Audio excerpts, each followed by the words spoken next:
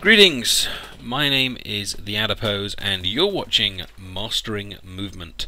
This is going to be a video series on talking about how to position yourself on the battlefield, where to go, where not to go, and how to try and get the drop on your opponent. Now, I've previously done a video series on shooting and accuracy. I gave loads of hints and tips in those videos. If you haven't seen them yet, please go and check them out. I think they're really good. I've had lots of good feedback on them. I hope you'd find them useful. But perhaps even more important than how to fire your gun is where you are, when you actually fire it. And this series of videos is going to be looking at all the different ways that you can stand in a good place and some of the ways that you can be standing in a bad place. So we're going to be looking at the do's and the don'ts. We're also going to be looking a little bit at the mini-map, which is one of my other video series which I'm working on, because that is of course an important part of movement.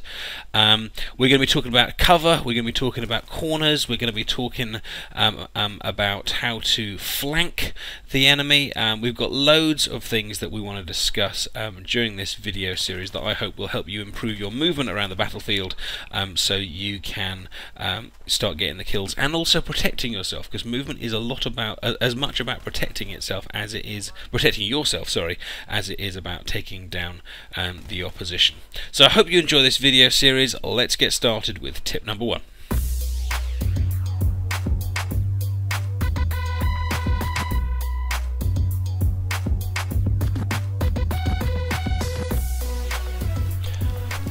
Slicing the pie is a cornering technique, and basically what it involves is, as you approach the corner, as you turn around it, you look down the scope and you come out slowly, checking every possible cover location, enemy location as you go, because as you come out of this corner, of course, you are slowly exposing your body to possible firing locations. So we're going to turn out slowly, making sure we've checked every single location.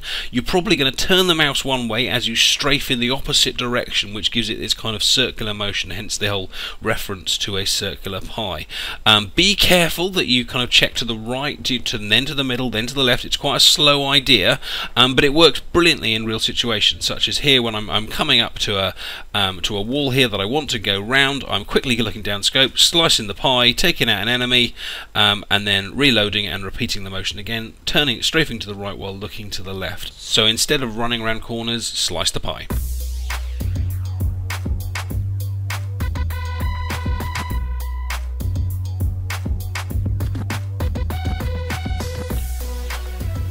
But what about if we're not looking to go round the corner, more just try and take out the enemy on the other side of it, especially when you know there's more than one target out there?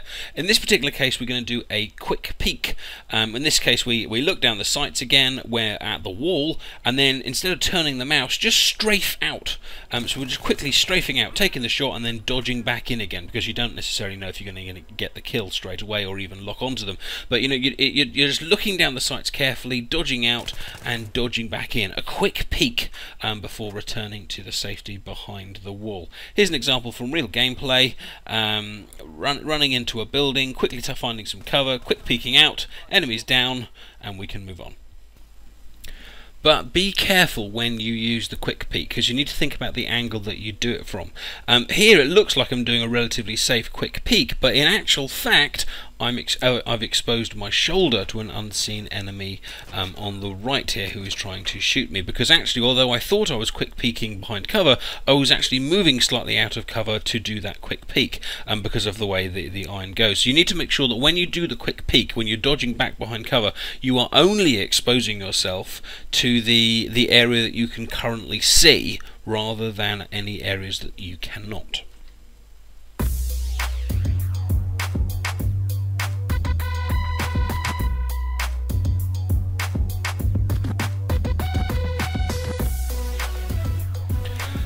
Cover routes. This is simply the art of getting from one location to another while using the maximum amount of cover available to you. Say my destination is the building in the distance there. Whatever you do, don't run down that big road in front of you, because you could get gunned down from the front, you could get gunned down from either side. Instead, use a cover route. This means finding whether it's trees, whether it's containers, whether it's other buildings, but I'm taking the route where I know I don't have to worry about what's behind me, because in this case I've got got the canal and the edge of the level, and I'm working my way forward little by little, using little quick peeks, using slicing the pie, using unusual routes where I know snipers can't get me. I'm trying not to expose myself to the roof of the building because there might be a sniper there, slicing the pie over across to the other containers, checking back behind me all the way, but I'm staying under cover. And yes, of course, it's going to take me longer to get to the building as I bunny hop across there and dive behind these, but I'm going to get there safely, and I'm also going to be constantly looking out for enemies as I kind of quick peek across there, spot a target, quick peek again, take him down, get myself back behind, health down, heal again before I move on, continuing on a cover route.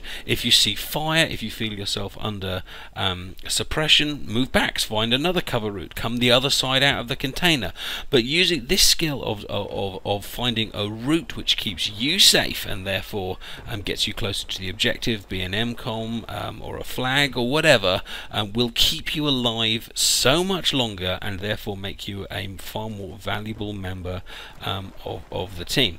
Now here I've got a bit of a problem. If I look straight forward here, I can see there's fire coming out of the building, and it's a fairly open run to get to the building where I am. So I'm going to make the call there to see that the guy I spotted him, and then a spot bonus appeared on the screen. That means that guy is dead. So I took the calculated risk there that he was the only one looking at the door and quickly jumped across that gap. I'm now made it to the door. I've got a teammate on my right. He's looking one side. I can look the other, and I can get myself inside the location that I wanted whilst being pretty safe. Took down one person en route, and now I'm ready for the battle to continue. Let's just look at it from the other person's angle, from the sniper's angle. If he runs down those stairs completely in the open, I'm going to take him down. He's leaving himself 100% open to my covering fire. But what if he comes down a more sneaky route, the other side of the van, for example, going into a cover position, maybe even firing back at me? He has, well, maybe not the advantage, but he's certainly evening the balance. Let's watch him come down rather than running straight down the stairs. This is MG. He's behind cover here. He's going to vault over. He does have to expose himself, but he does it very, very briefly for the minimum amount of time, going from bin to bin, from cover to cover. So as you move around the map, use a cover route.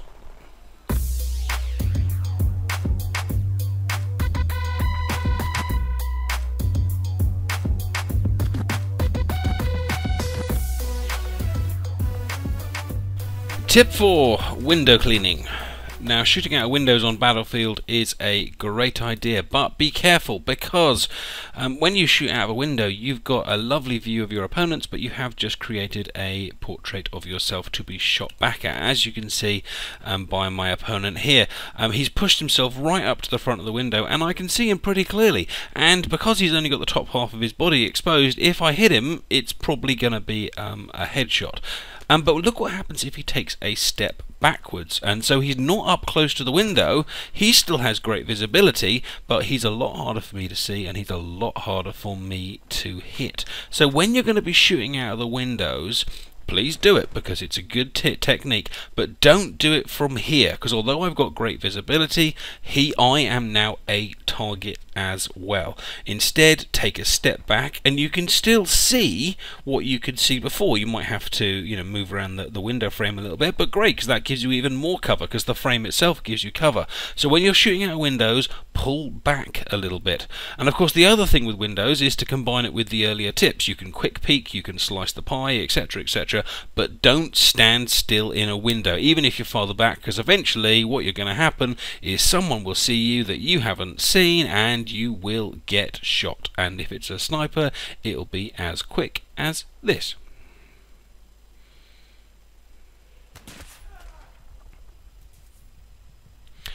Which we don't want. So use the windows, but use them smart. Keep moving and keep back.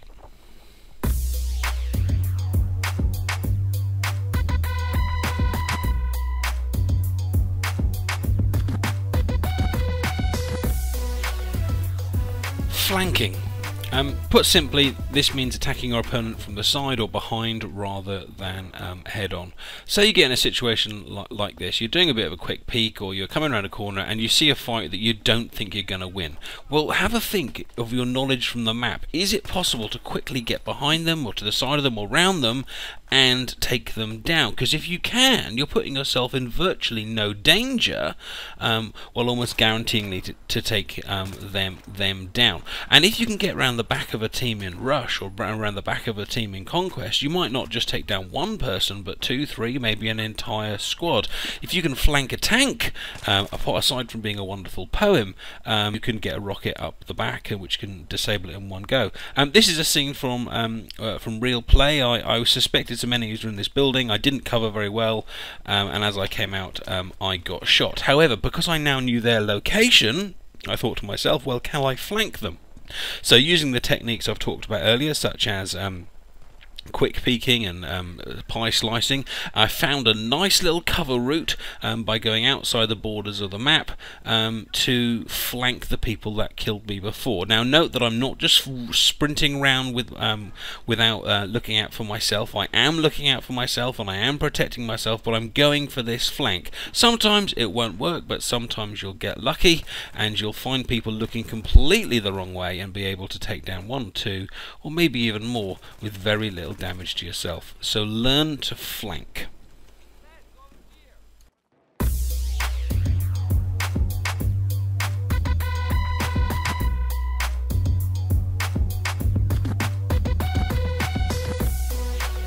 Did you know you have lethal vision in Battlefield?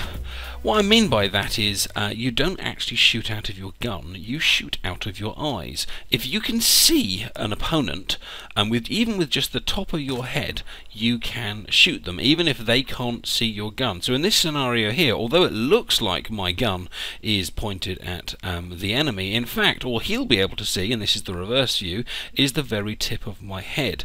Now we can use this in terms of movement to put ourselves in a situation where only the tip of our head is visible, so we're very unlikely to get shot, whereas in fact we can shoot our opponents relatively simply. This can lead to some fantastic cover, some fantastic camouflage. Have a look at this room that I've got here. Somewhere in front of me there is an enemy who has lethal vision, who is only showing his head. It's sometimes known as head glitching commonly on some of the servers. I mean, wherever he is, he's practically invisible, but he can shoot me. I am utterly vulnerable to him. Obviously, I mean, I wouldn't stand here on a normal map because I would get mowed down, but it just shows you how little of yourself you actually need to show to your opponent and still be able to take them down. So try and find some spots on the levels where you can show off your lethal vision.